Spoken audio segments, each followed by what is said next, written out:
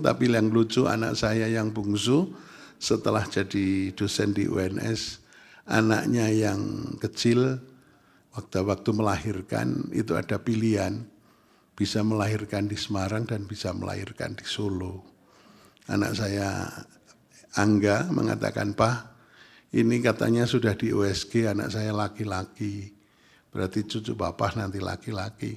Biar lahir di Solo ya, karena kalau lahir di Solo bisa jadi presiden atau wakil presiden," katanya begitu.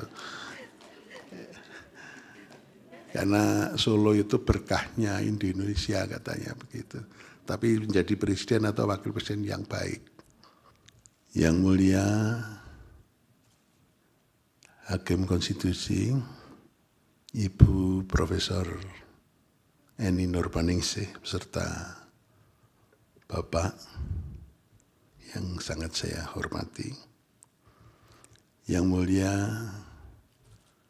Bapak Dr. Daniel Smith, Vivoy, dan Ibu yang sangat saya hormati.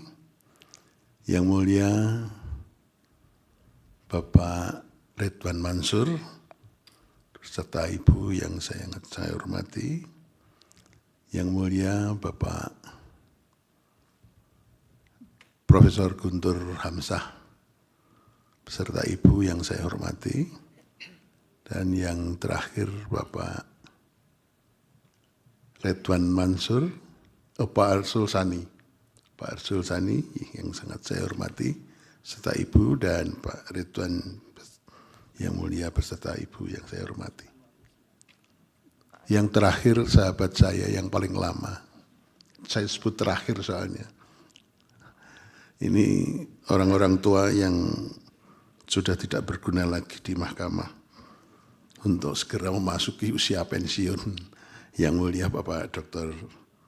Profesor Dr. Anwar Usman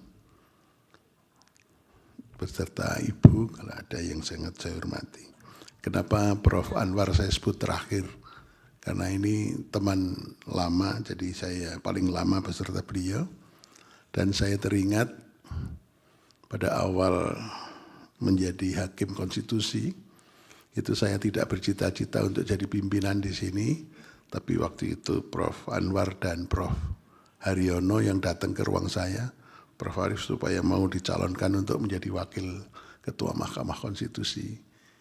Berkali-kali beliau datang, akhirnya saya, ya karena ini amanah dari Pak Haryono, itu guru saya waktu S2 di UNER, kemudian juga dari Ustadz dari Bima yang mendorong, ya akhirnya saya bersedia untuk jadi pimpinan di Mahkamah Konstitusi. Bapak Ketua, Bapak para hakim dan Ibu, serta Bapak Ibu sekalian yang hadir, termasuk Bapak Sekjen, Bapak Panitra.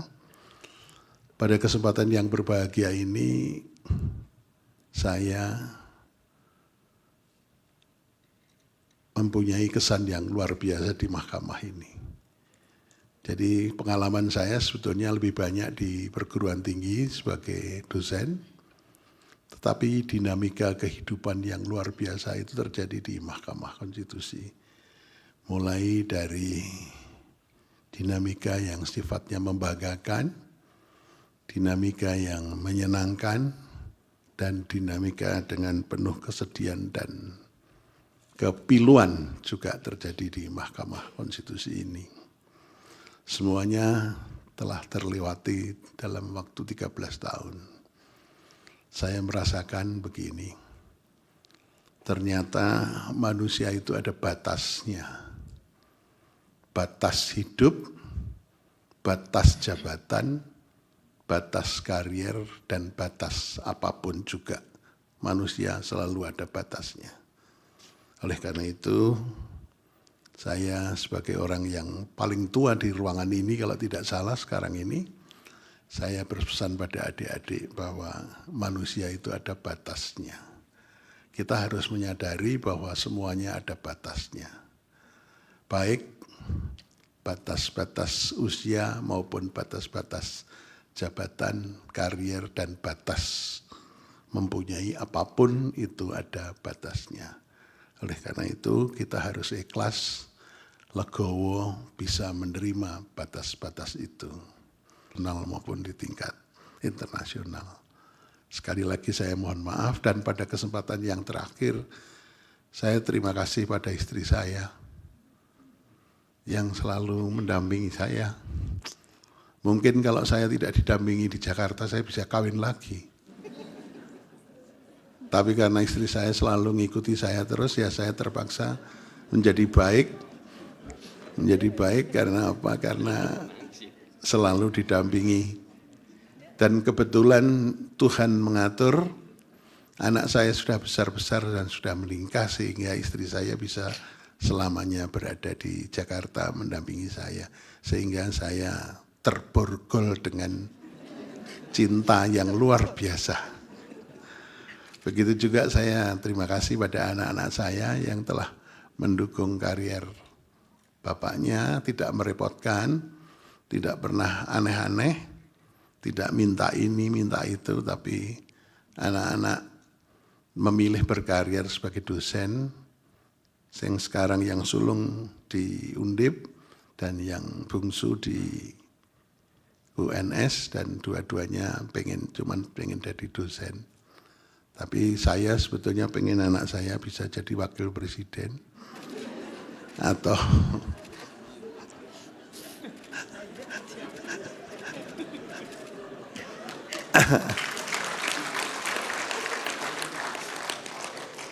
tapi tidak jadi kenyataan itu. Tapi yang lucu, anak saya yang bungsu setelah jadi dosen di UNS, anaknya yang kecil waktu melahirkan itu ada pilihan, bisa melahirkan di Semarang dan bisa melahirkan di Solo.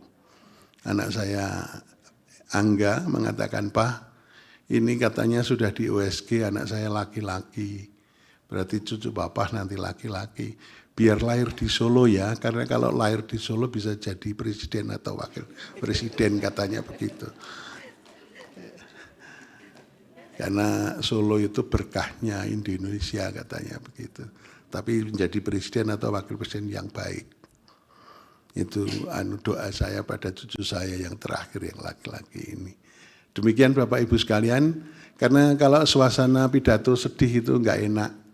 Makanya saya sering bergurau, karena ada 4 macam dosen ini para pers supaya pada tahu.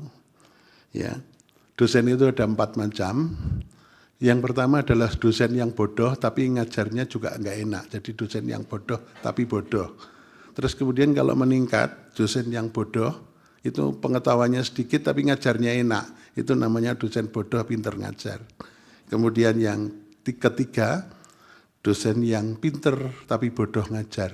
Artinya apa? Pengetahuannya banyak, doktor atau bahkan profesor, tapi ngajarnya enggak enak, kepinterannya untuk diri sendiri. Ya yang terakhir ini saya, katanya. Dosen yang pinter ngajar, pengetahuannya banyak, profesor, doktor, dan ilmu pengetahuannya bisa ditransfer kepada anak didik, anak muridnya. Terima kasih, mohon maaf kurang lebihnya, karena saya juga suka enak, daripada kebablasan nggak jelas, saya akhiri saja. Terima kasih. Assalamualaikum warahmatullahi wabarakatuh. Om Santi Santi Om. Subscribe, share, like, and comment. Subscribe, share, like, and comment. Subscribe, share, like, and comment.